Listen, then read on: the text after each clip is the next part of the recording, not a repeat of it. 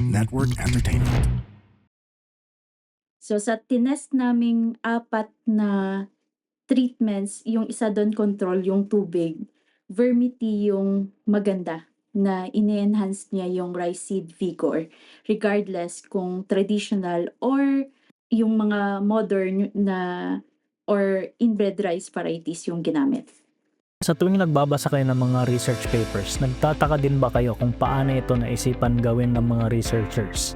Paano nila na-transform ang idea nila para maging isang actual na research project? Saan sila kumuha ng funding para magawa to? Paano nila nalaman na ang results nila ay pwede na nilang ipasa for publication? Dito, sa Behind the Science podcast, ay kakausapin natin ang ating mga Pinoy scientists para ibahagi hindi lang ang mga resulta ng kanilang pag-aaral, kundi pati na rin ang mga behind the scenes or behind the science stories nito.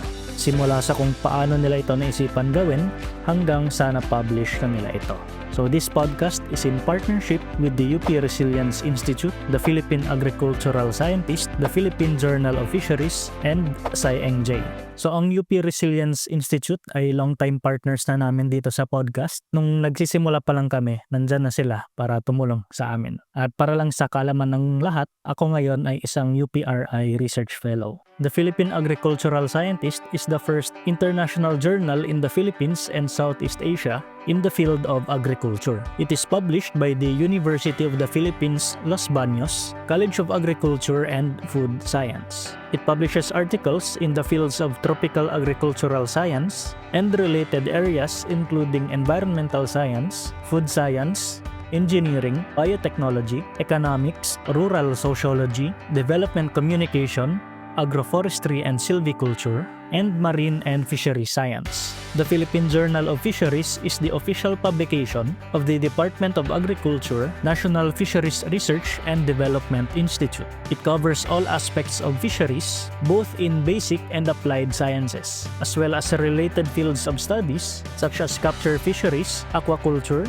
post-harvest technology, marketing and industry, ecology, oceanography, conservation, biotechnology, food safety, socioeconomics, and systematics in freshwater, estuarine, marine, and other identifiable water habitats. SciEngJ, formerly known as the Philippine Science Letters, is the official journal of the Philippine American Academy of Science and Engineering. It covers studies in the natural, physical, mathematical, computational, and social sciences, including those related to agriculture, health, engineering, environment, education, and technology. So kung may paper kayong gustong i-publish at pasok ito sa scope ng mga journals na ito, please consider submitting to one of them.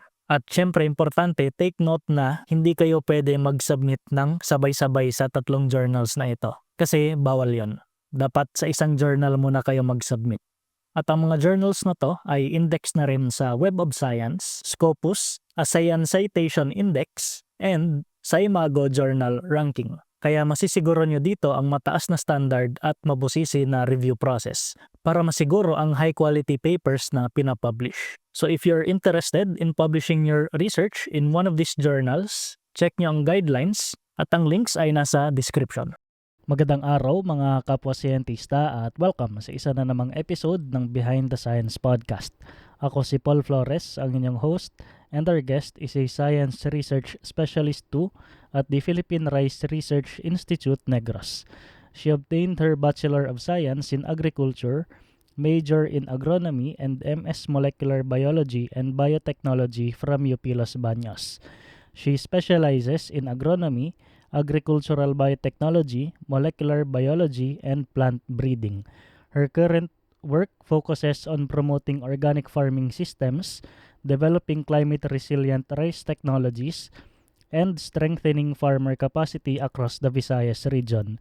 She has authored and co-authored 15 scientific publications covering key topics such as organic-based rice production systems in Negros Occidental, water governance, and food security among irrigator associations in Bago City, rice rattuning, and OSCKX2 gene studies, and the use of azolla as a biofertilizer. So without further ado, let's all welcome Miss Shelo Luz Mondejar. Hello po.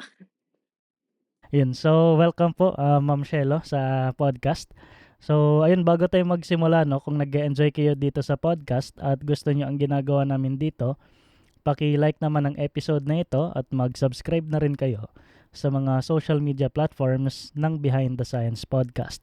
Makikita niyo kami sa Spotify, YouTube, Apple Podcast, and Facebook. Paki-rate na rin kami ng 5 stars para mas madami pa tayong maabot na audience. So ang topic natin ngayon, pag-uusapan natin paano ma-improve ang seed quality ng rice sa paggamit ng mga organic na fertilizer. At ang study na ito ay na-publish sa The Philippine Agricultural Scientist. At may mga previous episodes na rin kami dito tungkol sa rice. So recommend ko lang episode 93 with Dr. Florendo Flores. Ang pinag-usapan namin doon ay fortifying rice with vitamin A. And episode 86 with Dr. Maria Victoria Sumagang. Ang pinag-usapan namin doon ay reducing carbon footprint of rice production. So, yeah, ayun, bago natin pag-usapan ang research ni Ma'am Shelo, alamin muna natin ang naging journey niya as a scientist. So, Ma'am, kayo po ngayon ay SRS 2 sa PhilRice. So, can you share din po, ano po ba yung ginagawa sa PhilRice at ano yung specifically yung trabaho na ginagawa nyo dito? Actually ngayon, marami talaga akong trabaho. I mean, dito kasi, 'pag nasa branch station or, ah, 'di ba naka-base ako sa Visayas and then Negros yung area of responsibility namin Region 6, Negros Island Region and Region 7, Central Visayas. So yung ang more on although I have loads sa research, majority ng loads ko ngayon ay sa development kasi ako yung development focal ng station and, so ang work ko naka-focus talaga sa mga communities. So nag-aano ako tawag dito, hina-hustle ko both, ah, para maano ko ma-aim yung project, yung targets ng projects and then yung isa din na ginagawa ko ay, ah kung anong ma-identify ko na problems on the ground. Kaya medyo madali sa'kin magkaroon ng mga research questions. Kasi yun yung isa dahil exposed ako sa field, so nalalaman ko kung ano yung problem. So meron akong urge na parang minsan kasi pagkausap mo si farmer, para hindi lang kasi isang farmer, so we're dealing with, farmer associations and, cooperative. So, ang nangyayari sa akin parang magsasabi sila ng problem, ganito, ganyan. So, parang meron kang urge na parang to do something and then kaya parang parang naghihintay sila na makapagbigay ka ng recommendations na accessible, readily available and, kaya-kaya nilang i-generate ng sila lang. And then palagi nilang tinatanong paano mo parang tanong kasi dun, paano mo sila matutulungan dun sa current na problem nila. Parang ganun yung nagiging work. So parang meeting the targets talaga ng project, like I'm handling the mga core na mga programs or yung mga focus na programs na ngayon ng PhilRice sa Visayas. So, Rice Business Innovation System, yung RiceBiz, tapos kasama din dun yung sa fine-tuning ng mga technologies, the Smart ICM na program, na project, and then, the Healthier Rice program. Ako din yung focal nun. Yung parang ang daming development projects and then mas na-expose ka kung ano yung problem ng farmers. Yan yung majority na ginagawa ko ngayon. Nung bata po kayo, ito talaga yung pinangarap nyo na trabaho na related sa agriculture. Hindi. Hindi ko alam kung coincidence ba or fate na nangyari.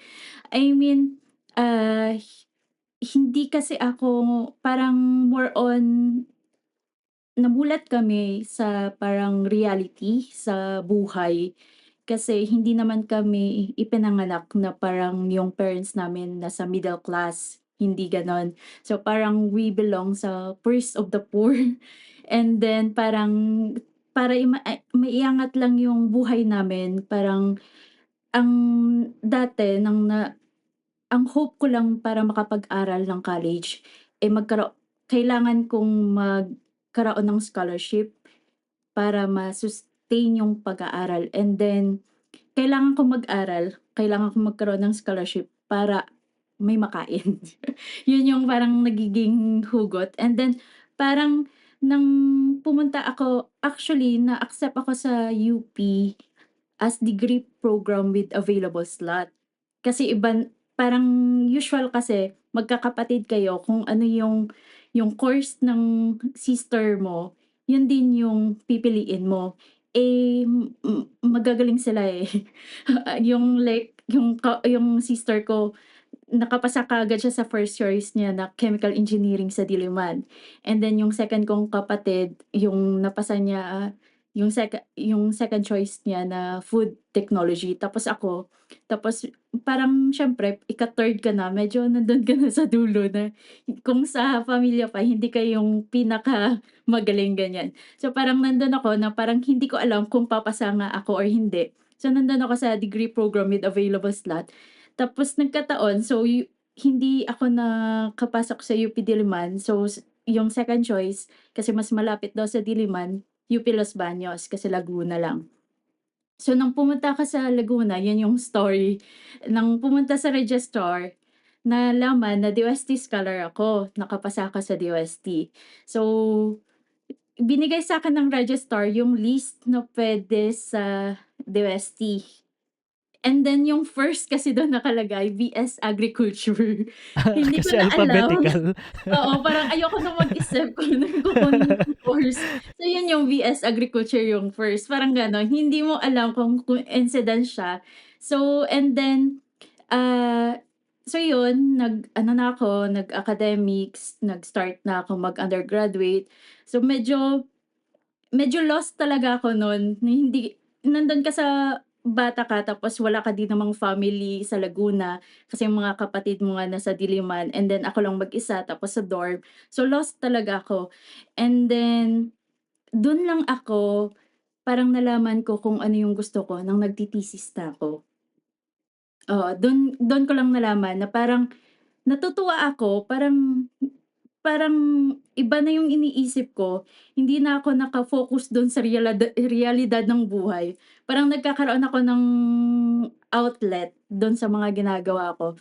So, parang natutuwa akong magka-conduct ng research, tapos that time yung, na buhay pa si Doc Masaho sa PhilRice Los Baños, parang kinakausap niya ako kung ano yung gagawin dun sa thesis ko, and then si Ma'am Sinen Escamus, siya yung advisor ko that time, UPLB scientist din siya. Parang na-a-amaze ako, tapos nagugulat din ako sa sarili ko na natutuwa akong gumawa ng manuscript. Dun ko lang nalaman na ito pala yung gusto ko. And then that time, before the graduation, April that time yung graduation, eh. And then, mga 3 months before that, alam ko masa-stop na yung scholarship ko. So, kailangan ko na maghanap ng trabaho.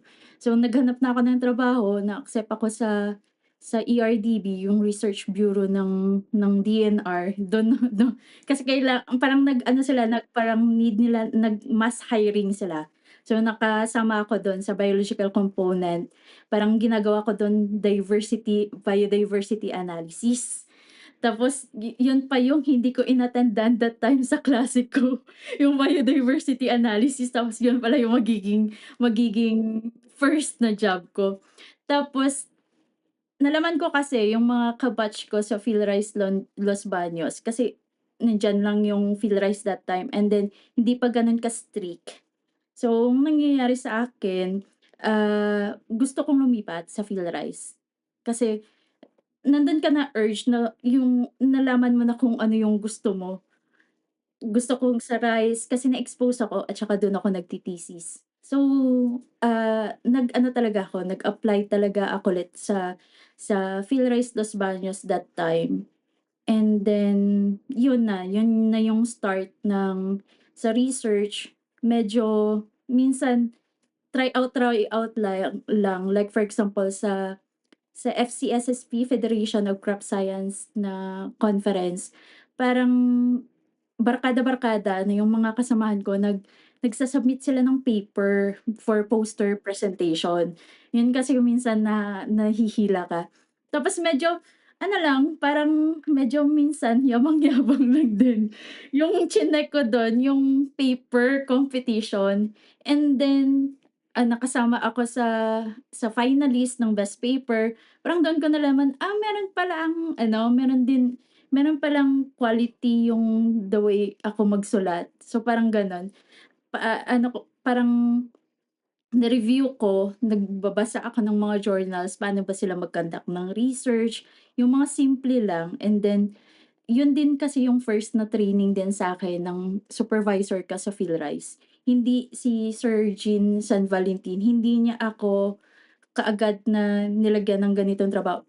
Pinabasa niya ako yung 3 months ko sa PhilRice Los Baños, nagbasa ako ng literatures related sa Azolla to identify kung ano na yung gap, kung ano na yung nagawa ng previous, and then saan ako magsisimula. So, parang yun yung nangyayari sa akin, parang gano'n.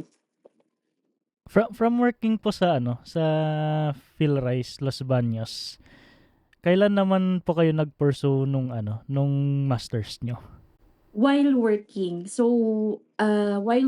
Los Baños, nagpa-part-time ako, master's degree, MS din sa UPLB. So, medyo may katagalan yung pag-e-MS ko, umabot ako ng 5 years. Pero natapos ko na talaga yung academics ko in 3 years. So, Typical may lot master's graduate sa niya, UP. 5 and years. then part-time pa, 'di ba? Ako Gano'n, din yung eh. typical na ganyan. Pero yung isang isang alam kong outstanding kong ginawa dun, although nag-a-academics ako that time, nakapag-publish ako ng paper, oh, 'di ba? Nakadalawa ako ng publication that time. So, medyo na ano ko din siya, na napagsasabay yung academics. Pero expected, hindi gano'n talaga kataas yung aking academics. Bali, paano po nangyayari? Evening classes yung MS class or within the day That pa rin? that time kasi like kailangan mong mag 40 hours na report. So, kung may class ako in between kasi hindi mo maiwasan yun, given Mm. sa klase ko or sa major ko din na at saka wala sa UPLB na gano'n, na Saturday lang na class or Sunday Ah, lang na class, wala yun. So, ang nangyayari parang binabawi, like 6 AM papasok ako sa sa sa PhilRice, then, 6 or 7, medyo ano pa yun, hindi pa gano'n ka-strict that time yung HR or yung PhilRice sa mga nag-aaral. Ngayon medyo may strikto na sila, and then gano'n, gano'n gano'n yung nangyayari. So, kailangan kung ano yung time na-consume ko, kailangan kong ibalik, oo. And then may time talaga na a-absent talaga ako sa klase dahil sa kailangan kong mag-travel for work. And that time mas mataas kasi yung sweldo kesa sa magiging scholar ka ng DOST, gano'n. So, parang since parang hindi siya gano'n ka-option, gaya nga sa kung kailan ako nag-start, yung sinabi ko sa iyo kanina, na hindi naman ako ipinanganak na yung sa class, sa middle class. So, kailangan mong kung breadwinner ka, so kailangan mong i-assess kung ano yung mga financial ganyan, gano'n. paano po yung nun, yung pag-masters nyo, bayad nung PhilRice yung pagma-masters niyo or kayo Hindi. nagbabayad? So, Okay, ako yung gets, gets. shoulder ng tuition ko. So, kaya lang naman, oo. I Kasi guess maganda din yun kasi walang ano, parang hindi ka nakatali sa office na walang return hindi din. service. Kasi natapos ko yung academics ko, naging permanent ako nang hindi ko natatapos yung thesis ko. So, since permanent na ako, permanent employee, sa dami-dami ng siyempre iba na 'yan, eh, and then you have performance rating na. So, kailangan ko talagang mag-leave, mag-study leave para matapos ko yung thesis ko. Tapos, 6 months yung leave ko na hiningi. Tapos medyo naka-question pa ako nun. Kasi majority kasi talaga parang rare kasi yung matatapos mo in just period na hiningi mo, ganyan. So, very rare. So, parang lost na ako nun kung ano yung kung anong mangyayari. Pero napatunayan ko naman. And then, natapos ko siya. So, pero 1 year yon. So, 1:2 kasi yung sa PhilRice na parang return. Although thesis lang yun for the study leave. And then napatunayan ko sa sarili ko kasi maraming question kung matatapos ko. Alam mo ba, yun yung first publication ko sa PES. Oo, Nice. may masters. Yung pag-uusapan natin ngayon? Hindi. So, ito Okay, ay iba. ika-third publication ko na sa PES, and then pangarap ko kasi ng undergrad na makapag-publish talaga sa PES kasi ano yan, eh, journal yan ng UPLB. So, parang sa ngayon replicated na na-replicate ko yung kung ano yung gusto ko ng undergrad, ganyan. So yun, ng 2020 yun, medyo nagkaroon din na ako ng yun yung first publication ko sa PES. Then from PhilRice Los Baños, paano po kayo nalipat sa PhilRice Negros? Yes, yun naman yun, yung parang isang big na decision na move. Kasi parang nasa Los Baños ako, actually yung mother ko, yung and brother ko, nilipat ko na sa Los Baños. And then sila na yung taga Los Baños ngayon, ako na yung taga Negros. Pero that time, it's a big decision kasi parang nandun ako sa point na medyo may ano kasi ako na parang napaka-comfort ng UPLB. Ah, Napaka-homey niya. Na parang ayaw mong umalis. Pero gusto ko kasing i-challenge yung sarili ko kasi at the start parang marami kasi na hindi na bumalik dun sa kung saang silang lugar hmm.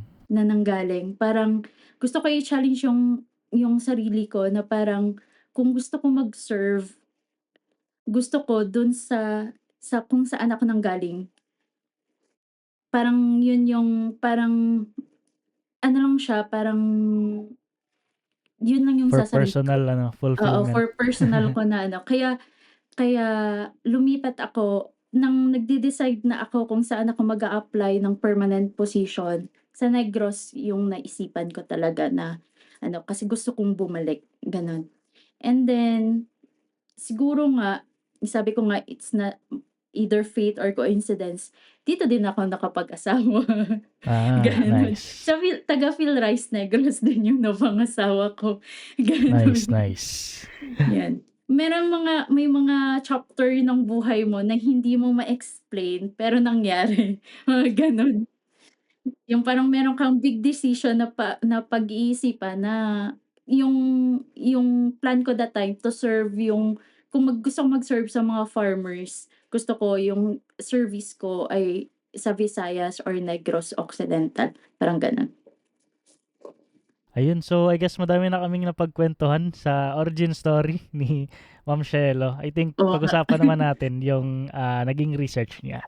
So ang title nito ay Comparative Effect of Organic-Based Seed Treatments on Seed Viability and Vigor of Rice or Oryza sativa varieties.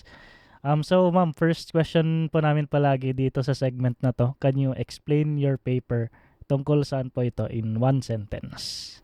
Para maano natin yung result, ay gusto ko lang i-emphasize dun sa sentence, sa isang sentence na yun. So ang paper ko ay ang nilalaman lang talaga niyan kung babasahin niyo, yung vermity, it enhances the rice seed vigor regardless of variety. So sa tinest naming 4 na treatments, yung isa dun control yung tubig, vermity yung maganda na ini-enhance niya yung rice seed vigor regardless kung traditional or ah, yung mga modern na or inbred rice varieties yung ginamit. Siguro before po natin i-discuss in more detail yung naging results niyo, siguro tanong ko lang po, bakit ba may interest dito sa pag-improve ng seed quality ng rice? At kapag sinabing seed quality, ano yung quality na hinahanap? Ito kasi nagsimula yung study na 'to sa previous din na study. Ah, yung hugot kasi talaga nito ay dun sa mga organic rice farmers, mga organic rice practitioners. So, nang bumalik ako sa Negros, na-hire ako because of my background sa Azolla. And then so kaya ako na-hire, and then I was tasked kung naggagawa ng mga projects or study related on organic. Ay, Orga ano po pala yung Azolla? Sorry, hindi Oo ako nga, yung familiar. sinasabi. Azolla ay isa siyang fern, aquatic fern na nagfi-fix siya ng, meron siyang symbiotic relationship with the nitrogen fixer na Anabaena azole. Kaya mataas yung kanyang N content, nitrogen content, and siya yung nire-recommend sa lowland rice kasi, aquatic siya. So, 'pag sa lowland rice kasi hindi hindi parang mahirap i-intercrop yung mga leguminous, yung mga legumes. Kasi 'di ba parang, may nodulation siya, hindi siya anaerobic na condition magta-thrive. So ang sa Azolla, since may N-fixer din siya, so yun yung biofertilizer siya, parang gano'n. So babalik na tayo dun sa Balik naman sa tayo ano, dun sa sa sa story niyo. oo, yung yun yung story, so hindi ko alam kung paano sisimulan. So ang ginawa ko, nagbasa ng mga literatures on organic. Marami na kasi yan, kasi sa start pa yung mga yung mga scientist pa natin dati, yun na yung pinag-aralan. So and then ang isa pa, hindi ko alam kung paano magsisimulan kasi yung Negros Island na comprised ng Negros Occidental and Negros Oriental, ki inaano kasi talaga dito ng local government ng organic, yung parang may gusto ng pino-promote talaga dito na magiging organic rice bowl of Asia yung Negros Island. So parang so hindi ko alam kung paano sisimulan yung kung saan papasok.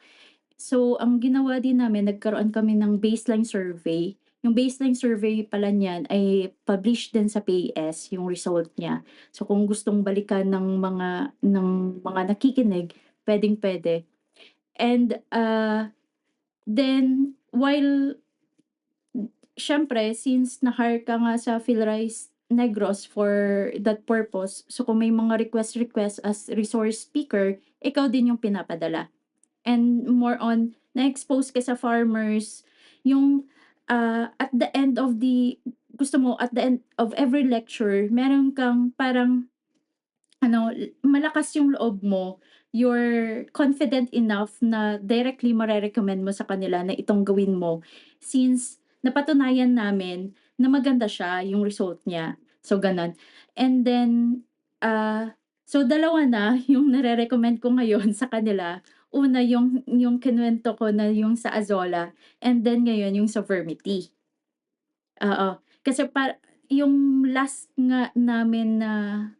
ko na speaking engagement, parang parang fulfilling, and then alam ko na yung mga farmer participants na organic practitioner, fulfilled din sila sa shinare ko, kasi at the end alam nila na meron silang pinakita ko kasi yung picture dun din sa journal, na makikita mo talaga na yung seedlings dun mas maganda siya kesa dun sa ibang mga treatments.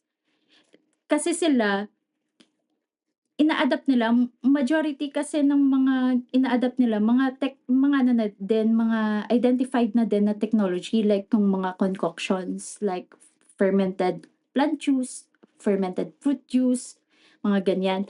So sa rice medyo onti pa, yung more on ginagamit kasi siya sa vegetables, maganda na nakikita talaga yung effect niya, yung yield niya sa mga leafy vegetables.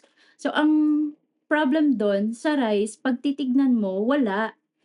So ang mga organic rice practitioners natin, ginagamit nila kung ano yung nalaman nila sa training dun sa vegetables sa rice.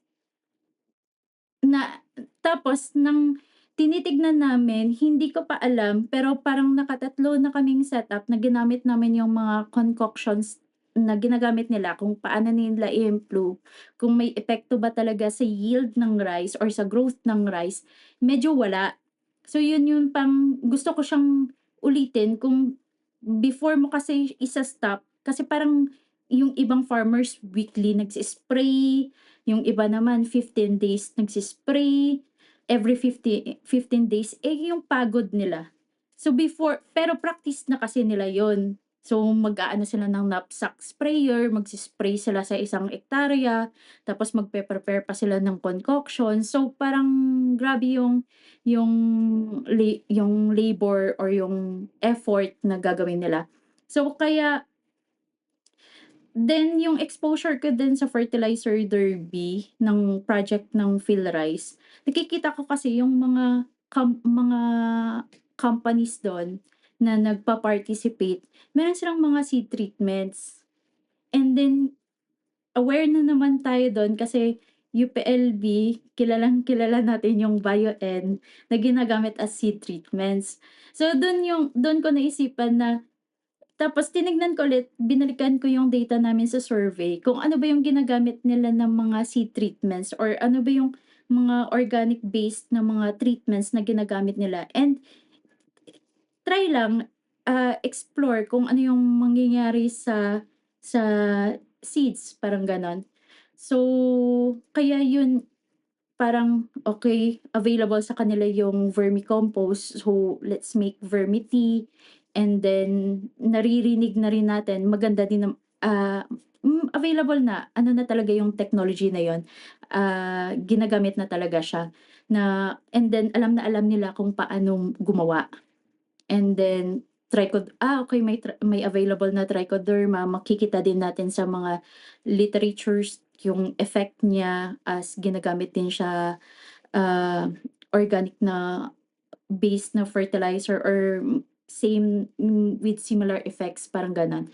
And yung water hyacinth decoction, yun ay may isang paper kami, research note kami sa journal ni PhilRice, sa RBBJ, regarding sa naging result ng mga estudyante ng ginamit nila yung water hyacinth decoction. So may nakita na maganda siya as seed treatment, kaya siya yung isang control na ginamit namin, and then naging basis ng concentration.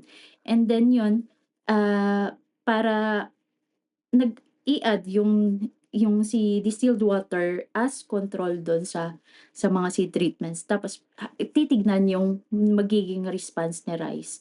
So yun, ngayon makikita natin na dun sa paper na maganda yung response ni Vermi-Tea.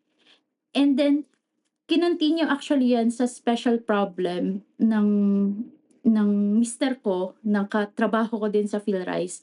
Nagma-masters kasi siya currently sa Los Baños. So, ginawa niya din yung special paper na yon. Tapos consistent yung naging result. Ang ginamit nga lang niya instead since, nakita namin na hindi mo kasi makokontrol din yung paggamit ng water hyacinth. Kasi depende minsan kung saan mo siya pinadami, may possible na gano'ng effect.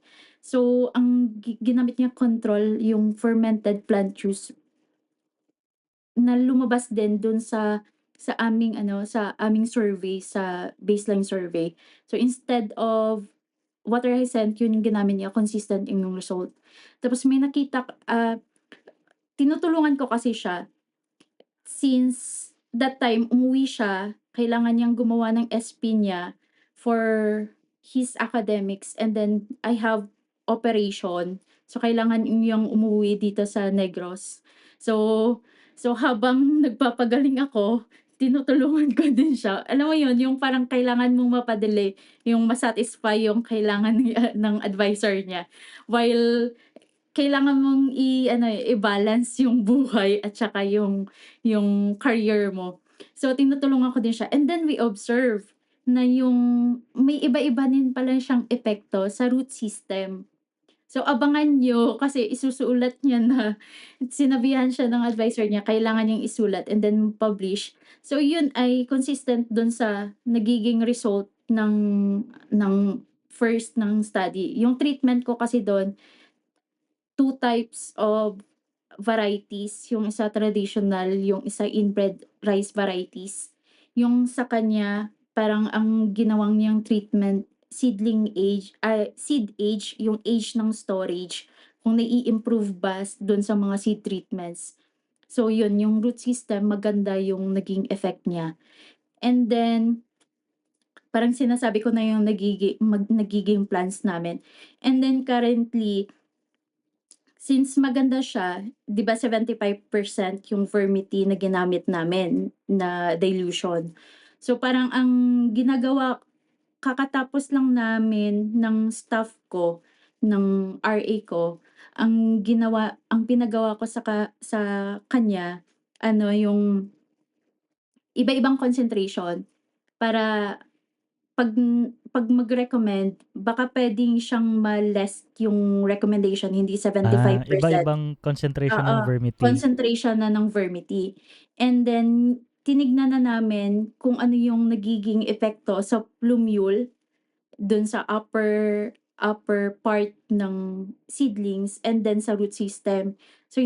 So since na-identify namin dun sa special problem yung isang study na kinuwento ko kanina na may effect siya sa root system. So kinuha na rin namin yung mineasure na namin yung lateral roots, and then yung buong part ng roots. So in-apply na namin dun yung method na ginagawa ko sa other study. So, kung ganun lang yun, parang kung minsan yung sa research gap, kung paano ka mag-identify kung ano yung magiging next na magkakakasunod-sunod siya. Ah, And then, kung ikaw kasi yung gumagawa, na-o-observe mo siya, mas naa-amaze ka na ano yung next step ko na gagawin para parang tuloy-tuloy siya, parang hindi natatapos, ganyan. Especially 'pag ma-excite ka sa ginagawa mo, parang parang hindi ko alam kung minsan yun nga siguro yung sabi nila na feeling na eureka na moments, na mhm. parang naa-amaze ka, so may-e-enjoy ka na lang talaga, gano'n. Ay, balikan ko lang po siguro yung diniscuss niyo kung tama yung pagkaintindi ko. Bale, sabi niyo po kanina may iba-ibang varieties kayo ng rice na ginamit. Yes, Tapos may iba-ibang treatment. So yung distilled water, yung Vermity, water hyacinth, tsaka may isa pa trichoderma solution, trichoderma. mm. So yung question ko po dun ma'am, paano yung experimental setup nun? May farmland talaga na tinaniman niyo ng rice tapos ano, nilagyan nung iba-ibang Hindi, fertilizer or paano yung yung setup?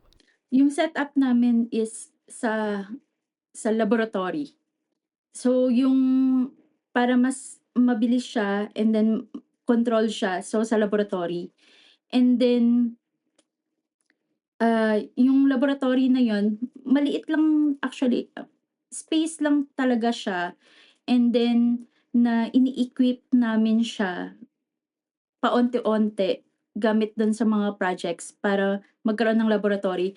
Kasi ganun, 'pag meron kang facility na gano'n, mabilis i-prove kung ano yung nangyayari dun sa field. So yung field, yun ay demonstration na talaga sa mga farmers kung ano dun and then kung gusto namin i-identify or i-prove kung ano yung nangyayari dun na controlled, either sa screenhouse or sa laboratory namin ginagawa to support yung nangyayari sa field. Kasi kung sa field kasi medyo matagal siya and then ang yun yung next na gagawin na ite-test siya dun mismo sa actual practice ni farmer. So, yun yung magiging thesis ng sinasabi ko na talaga 'no, yun yung nagiging focus ng thesis ng husband ko kasi mahirap. Yun yung isang special sa amin na 'pag nasa isa kayong work, kahit matutulog kayo sa bahay, minsan Yun pa rin napag-uusapan yung pag-usapan. kung ano yung nababasa, kung ano yung ganyan. Kaya minsan nililimit namin 'yan by gardening. Pero yun, hindi mo pa rin maiiwasan, ma-eliminate yung mapag-usapan niyo especially 'pag same kayo na field. Yun lang yun lang yung kagandahan dun, yung parang na-supplement niya yung nabibigay ni UPLB kasi dun sa UPLB kahit sino-sinong kausap mo and parang feeling mo elitista ka na may kausap ka, na parang feeling mo talino-talino mo kasi yung mga ideas mo may kausap ka. So yun lang yung kagandahan din sa amin, so parang gano'n. So yun yung kasi ano din kami, colleagues din kami sa isang project before siya nag-aaral, yung sa crop intensification. What's unique in Negros Occidental kasi, yung mga farmers dito, maraming farmers dito nagti-tree croppings. Yung usual kasi two croppings lang tapos meron silang parang ginagamit nilang variety, mga short duration lang, mga ganyan, para mabilis and then direct seeding yung ginagawa nila. So ang magiging focus niya ay, ah, paano ma-improve kasi hindi gano'n kataas yung yield nila. Kung makikita natin sa buong bansa, Visayas nahuhuli siya sa yield. Mm. Kaya yung trabaho ko naman sa development, yun yung isang naka-focus ngayon yung management namin sa PhilRice kung paano mapataas yung yield ng Visayas kasi nahuhuli siya. Ah. Oo, So yung yung Negros po hindi talaga siya top rice hin producer sa Pilipinas? dahil malaki yung area. Western Visayas, top rice Okey. producing siya kasi malaki yung rice area. And then what's unique, nakita namin malaki din yung area kasi comparing sa dalawang cropping tapos tatlong cropping, 'di ba? So mas malaki yung nagiging production ng farmers especially 'pag available yung water. Pero kung in terms sa yield, mababa talaga yung yield. Nasa ano, kung minapa kasi yan ng PhilRice, nandun yung kulay orange less than 3 tons per hectare. Yung kulay yellow, ang yield niya ay 3 to 4 tons, tapos 4 to 5 tons green, tapos 5 up blue. Yung kulay ng Visayas, nandun lang kami sa kulay na orange and yellow. So, mababa talaga siya. So, kaya yung development namin, yung sa part ng farmer, kung anong kailangan nila needs, kailangan nila mag-adapt ng technology, ganito na yung mga technology natin sa PhilRice, kaya na magkaroon ng 7 tons and up na maka-achieve sila ng yield. So, ibang ano naman, kaya sabi ko sa'yo medyo medyo sinasabay ko yung development work sa research work. Yun, yung gano'n yung nangyayari. Yung strategic kasi yung approach mo dun, eh. Actually, yung kung bakit ako nag-crop science, kasi ayoko ng animal science kasi mas malapit siya sa tao. Ang hirap kasing pasunurin ng tao.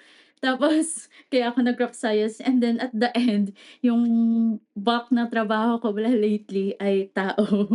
Pero mas masaya, masaya, fulfilling din naman yung 'pag nandun ka sa community. Ang nagiging nandun ka nga lang na minsan kine-question mo yung sarili mo.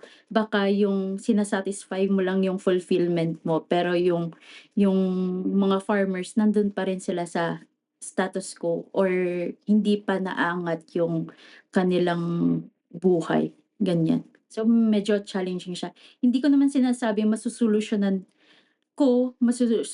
namin, pero nandun tayo sa conscious tayo sa gano'n. So, yung magiging actions natin or pag-aaralan na yung lahat ng resources na naibibigay, eh, mako-convert natin, magkakaroon sila ng benefits, gano'n. Masyadong passionate 'no? Oo. Ay, Gano'n. eto po pala may last question lang ako dun sa ano, experimental setup. Kasi siyempre yung bawat treatment na yun dun sa rice variety, I'm guessing may number of seeds kayong tinatanim per variety. Gaano yun kadami Ah, para ma-test niyo statistically na talagang yung vermity yung ano, best? since ano naman siya, ang seed quality or yung testing namin, so ang finalaw namin yung sa ISTA rules, yung sa International Seed Standard na testing na rules, yun yung finalaw natin. Na sa every replication, meron kaming 100 na seeds na tinest and then replicated siya 4 times. So yung seeds na yun, ang measurement actually, ang una nga di-discourse kami kasi ang gagawin ng husband ko, 10 lang daw, kukulang siya ng 10. Sabi ko, "Hindi ako gano'n mag-ano, kumuha ng average. Ang kinukuha kong average kung anong lahat ng tumubo diyan." Meron kasi 'yan sa ISTA rule na dapat meron siyang 1 lateral root para masabi mong complete yung kanyang germination. Yun yun, para hindi ka bias na nagpili ka lang ng 10 diyan sa 100 mo na pina-germinate, lahat ng tumubo i-measure mo. So, ganyan. Kaya parang nandun akala ko matatapos mo lang in 1 week, yung pagme-measure pala namin since manually, umabot Mm, pala siya ng more than a month. Yun yung isang expectation versus reality when we are doing experiment. Akala mo, kayang-kaya lang yan ng 3 days, ganyan. Tapos yung isang challenge pa pala dun, 'di ba 7 days? mm. Eh, di Ay, kung wait ma'am, confirm ko lang kung tama yung ini-imagine ko, 'di ba? Parang may 7 kayo na varieties na ginamit, tapos 4 na treatment, 4 na replicate, tapos 100 seeds 'yon per ano. So, independent ilang two libo 'yun? independent ano yan, two independent study, pero parang kung i-times mo siya, parang gano'n. So, gano'n siya kadami. So, parang kung magme-measure ka kasi nun, 'di ba sabi ko aabot siya ng a month. So, parang ang gagawin mo, kahit 5 kami sa room, 5 kami sa room, hindi namin 'yan matatapos ng isang araw. And then dun ko naisipan, I mean kung minsan at the moment na isip, eh, paano ko i-control yung growth? Kasi magiging bias na ako kung the following day ko i-measure yung iba, tapos aabutin siya ng 1 buwan, so 1 buwan na yung seedling ko, 'di ba, ganyan. So parang, hala, paano ko 'to? So nagagamit ko din yung method na ginagawa ko sa ibang study. Naalala ko, pini-preserve namin yung root system using 90% alcohol. So yung pinagawa ko, okey, kunin niyo lahat, picturean muna natin kung para may reference tayo, kunin natin lahat, lagay natin sa container, ipasok natin siya sa 90% alcohol. Tapos although gano'n kabilis yung ano ko, yung yung isa kong staff na train sa laboratory sa germination, hindi niya nakakaya. So yun yung ginagawa like ngayon yung sa next na study namin root system na talaga. So lahat ng lateral roots na yun pina-measure ko sa kanya. So kung ito pine-measure ko yung kung 100 yung tumubo diyan, ime-measure niya yung plumule, ime-measure din yung radical dun, yung actual na root system dun. So kung may 10 pa dun ng mga lateral na tumubo dun, ipapa-measure ko pa yon gano'n.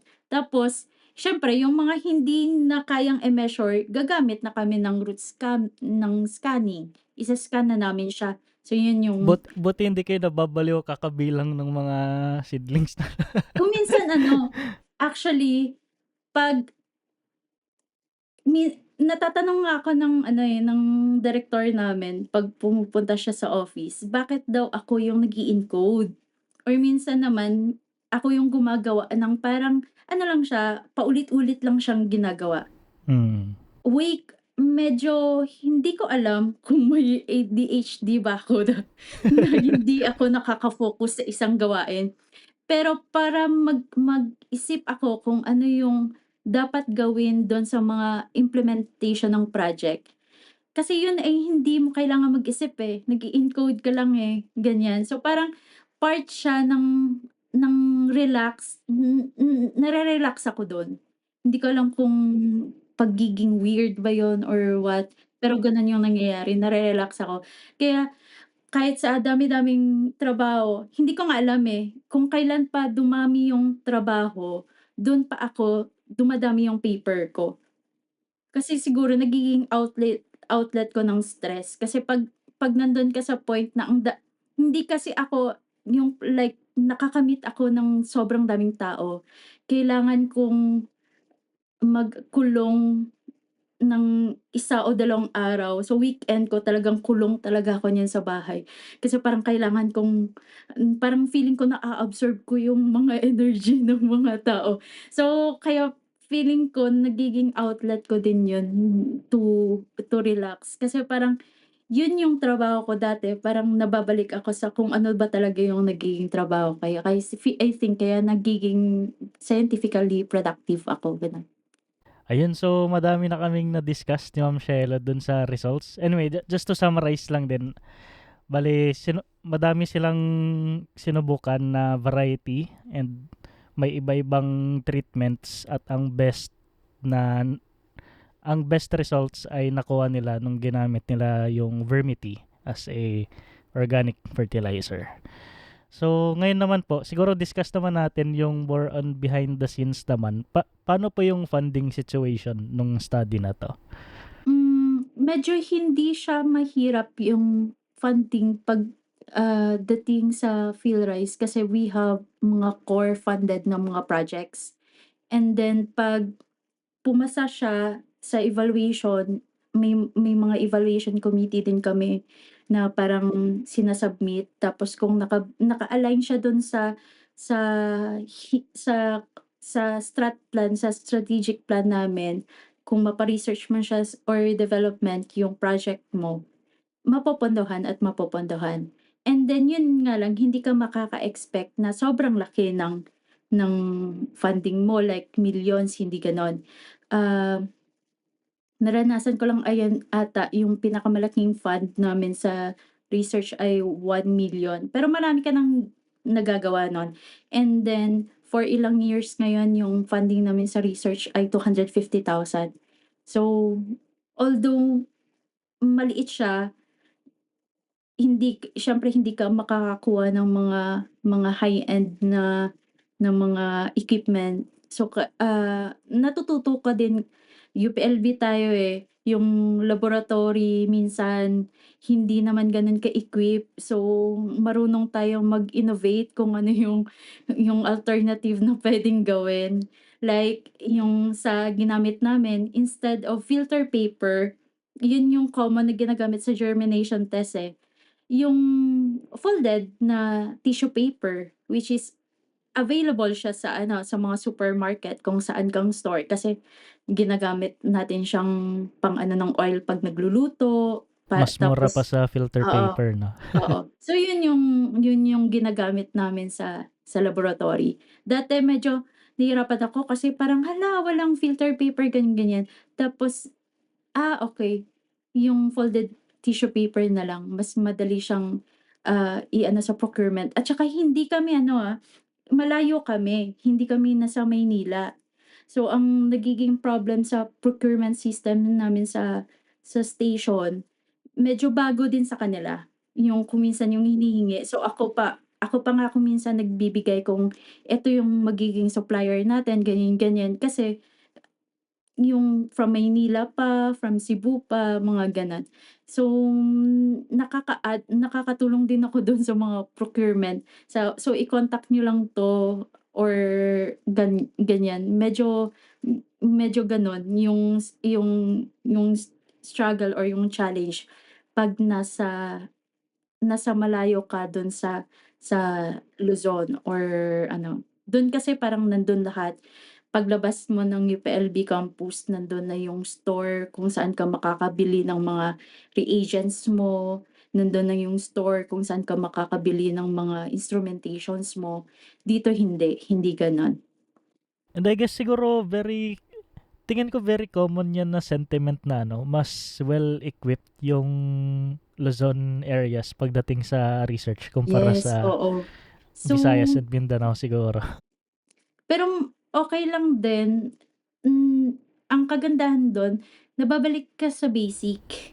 Oo, I mean, oo. sa kung makikita mo yung parang kung titignan mo nga yung experiment namin, sobrang simpleng-simple lang, eh. Dun din ako nagugulat na parang, sobrang simple niya lang tapos, ito ata yung mabilis na approve na publication ko. Kasi sobrang simple niya lang. Tapos yung mga 'pag nasa UPLB ka kasi parang feeling mo exhausted na yung mga ideas, parang nahihirapan ka na rin mag-identify kung ano yung magiging research question mo. 'Pag nandito ka naman, nababalik ka sa kung ano yung usual na nangyayari sa life ng mga tao, especially sa kung sino yung tingin mo nagagamit ng technology, ganyan.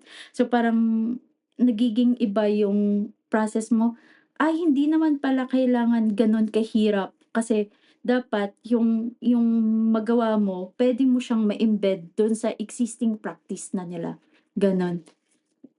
Ayun, so almost 1 hour na rin po tayo.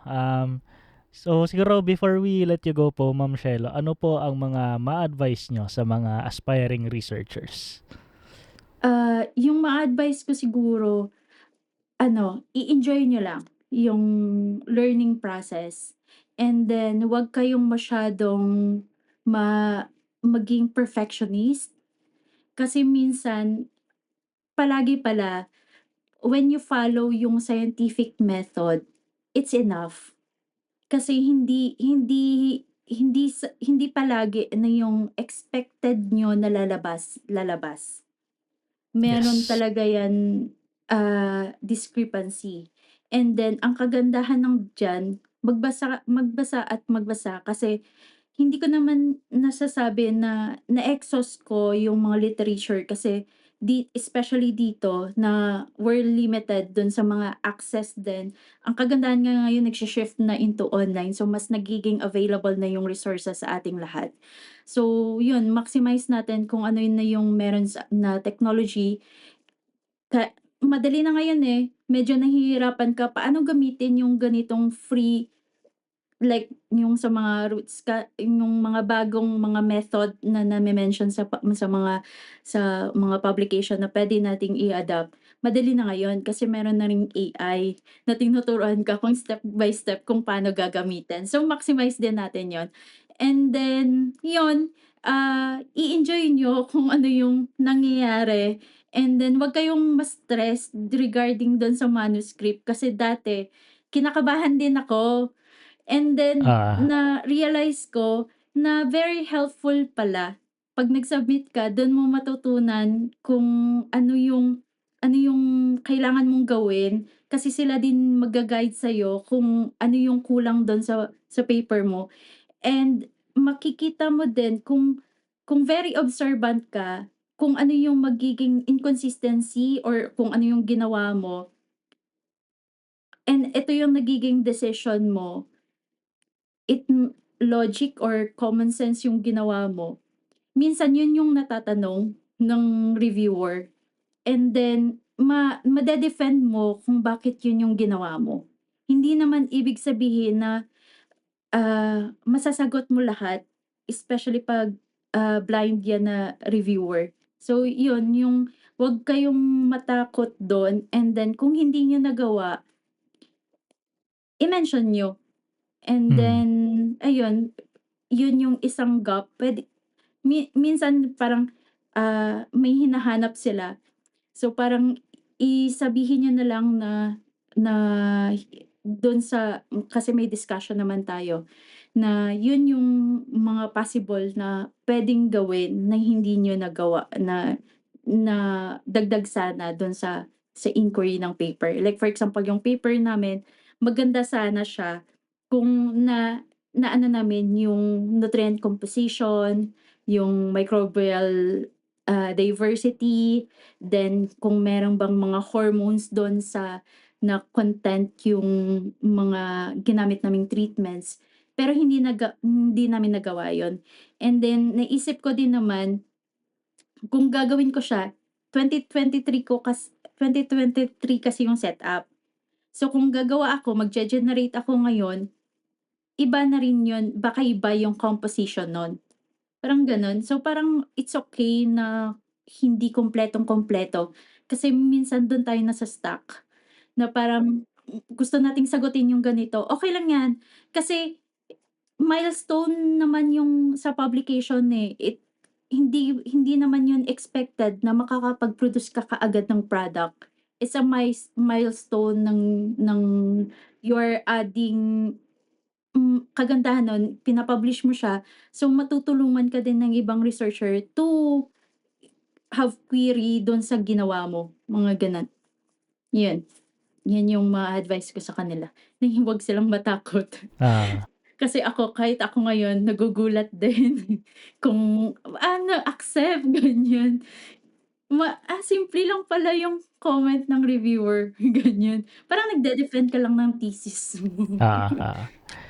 Siguro echo ko lang din po yung sinabi niyo na ano, magbasa ng magbasa kasi kanina sinabi niyo rin na ano, yung first 3 months niyo sa first job niyo sa PhilRice ay pinabasa lang kayo ng literature. Yes, oo. Nung Kasi nagsimula ako ng PhD gano'n lang din pinagawa sa'kin ng adviser ko, eh. Parang hindi every week minsan hindi nagre-report mo ako sa kanya ng isang paper. oo, minsan hindi mo maintindihan. Pero Oo, yun pala yun, parang ma-expose ka na malaman mo na hindi mo puwedeng masabi na yung ginawa mo is bago, parang gano'n. mm. Parang possibly hindi mo lang talaga na-exhaust, tapos ang bilis-bilis ngayon, yung parang dati parang naisip mo lang, tapos ngayon may 10 paper na nilabas 'pag Oo. chineck mo ulit, na Oo. o-observe ko 'yan, eh. And parang in a span of 1 year, ang dami-dami na, ganyan. Gano'n na hindi siya black and white na ako yung nakauna nito, hindi. Maraming Oo. nakaisip niyan. Ayun, and last question po, do you have anything to promote? Yes, ipo-promote ko lang yung upcoming paper namin on Azolla. Okey lang mag-promote ng ibang journal Ah, dito, 'di yes ba? po, yes po, Yung, oo. kasama siya sa issue sa April 2026 issue. Naka-focus yun sa ano, sa potential uses of Azolla in agriculture, industry, and environmental sustainability in the Philippines. Is a perspective article na na-published accepted for publication sa PJS, Philippine Journal of Science ng DOST, and nasa April 2026 issue siya. Co-author ko dun yung mentor ko, Dr. Genaro San Valentin. Yun yung gusto kong i-promote. Abangan niyo po yung paper ko. At saka basahin niyo po kasi parang it's a history ng ginawa dati ng isang technology na hindi nagagamit ng ating mga farmers sa ngayon. And, Yes. what ano yung nang binitawan natin siya, ano yung nangyari sa mundo na nagkaroon ng discovery and then nagiging hype yung research nun kung kailan natin binitawan and ano yung magiging promise niya sana once na inadapt siya or in-upscale natin. So, abangan niyo po yung paper. Ano siya, maganda. Nice. Maganda din yung ano, yung mga ganyang papers na basahin, hindi lang yung for mga full article na typical ano, may mga experiment Experimental. lahat-lahat. Maganda din yung mga ano, ganyang papers na perspective papers.